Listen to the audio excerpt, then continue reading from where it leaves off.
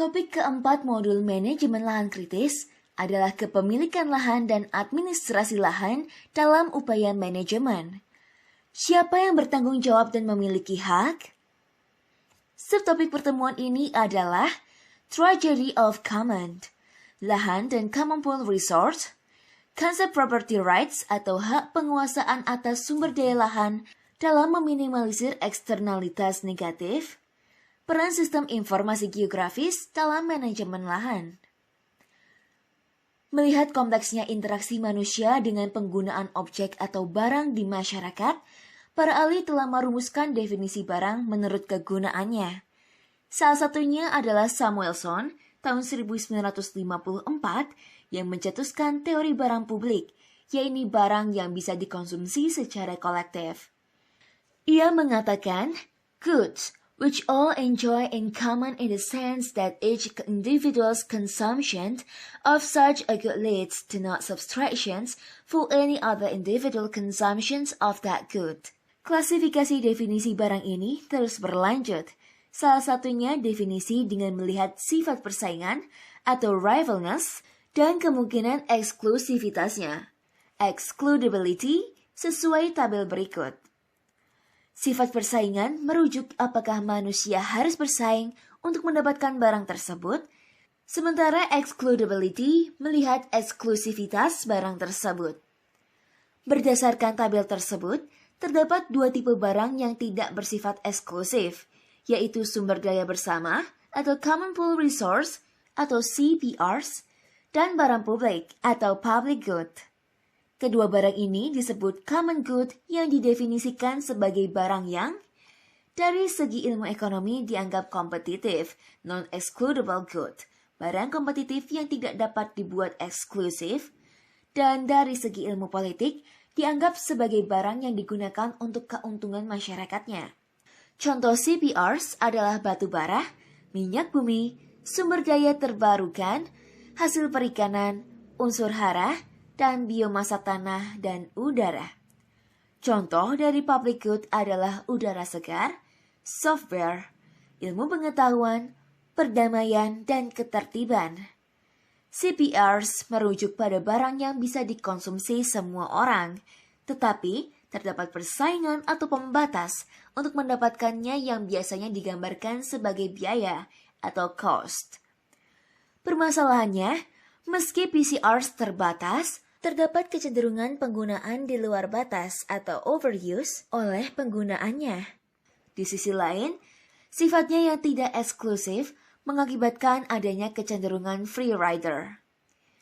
Berdasarkan kedua gambar ini, peta 1 menunjukkan pertanian tomat yang berada di pusat kegiatan ekonomi dan peta 2 pertanian kedelai yang jauh dari pusat kegiatan ekonomi.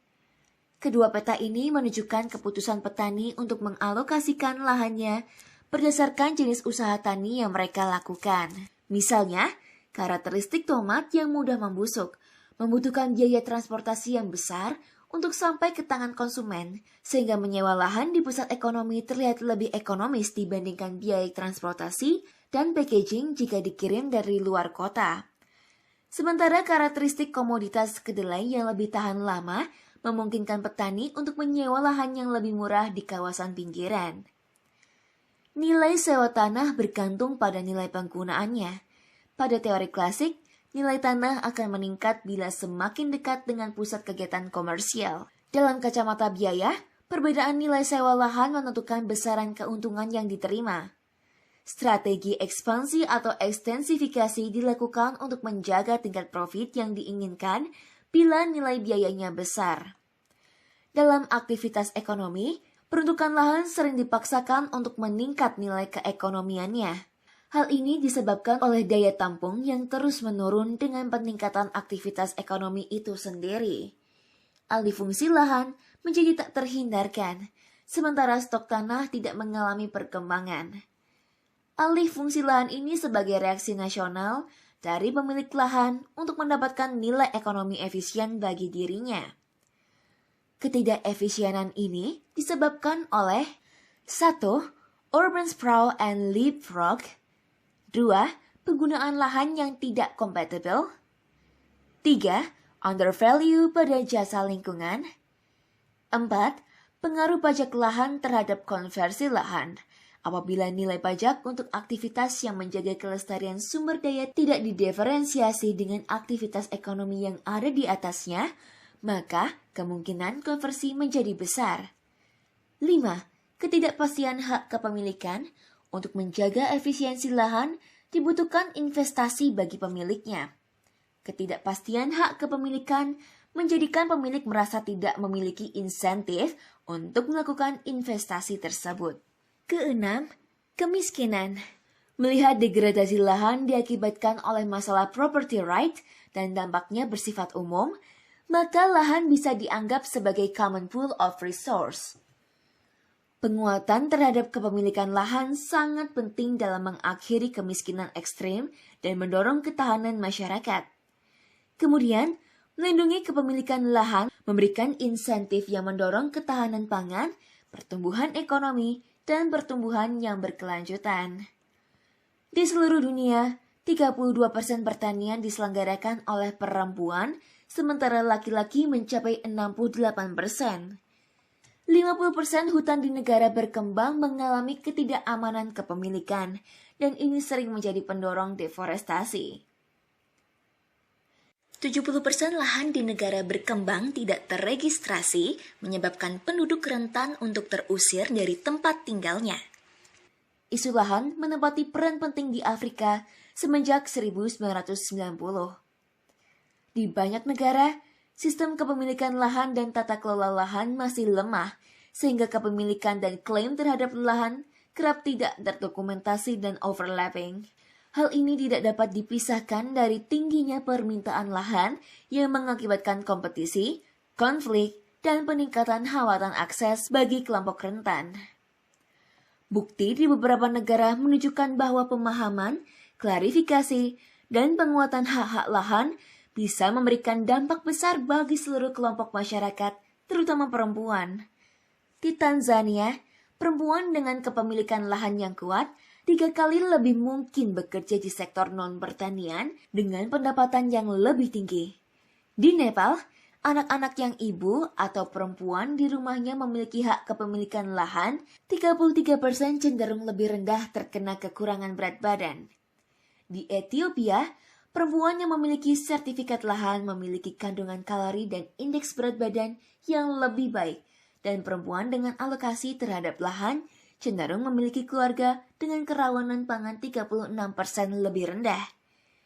Di Nicaragua, ada peningkatan produktivitas kerja hingga 50% setelah menerima sertifikasi lahan. Di Uganda, tanah tanpa ada resiko dicaplok pihak lain memiliki produktivitas 63% lebih tinggi. Di Burkina Faso, produktivitas menurun sebesar 40% bagi keluarga yang memiliki kerawanan akan sengketa tanah.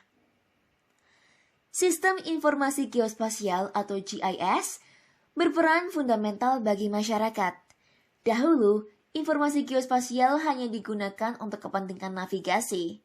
Saat ini, kegunaannya bisa membantu memahami proses sosial ekonomi.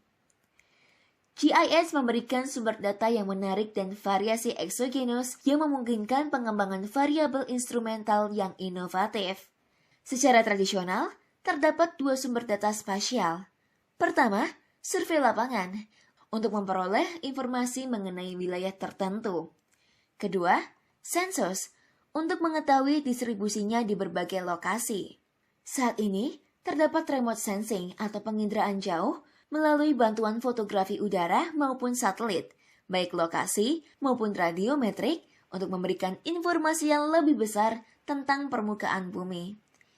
Meski data GIS seolah segmented, sebenarnya ia bisa digunakan secara luas. Teknologi data ini berkembang pesat, bahkan sampai digunakan pada biomedis terapan. Terdapat beberapa alasan yang menyebabkan semakin pentingnya penataan ruang.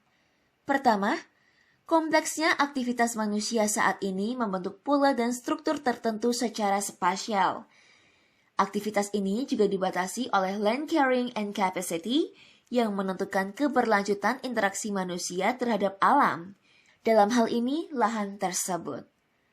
Maka, dibutuhkan pembelajaran terus-menerus untuk menjaga siklus keberlanjutannya. Kedua, salah satu faktor dari ruang yaitu atmosfer bersifat public goods. Misalnya, deforestasi pada hutan tertentu berdampak pada skala geografis yang luas. Contohnya, interpretasi citra satelit memperlihatkan sebaran sumber daya hutan, kawasan terbangun atau build-up area, perairan umum, kondisi pencemaran, kawasan kritis, dan sebagainya.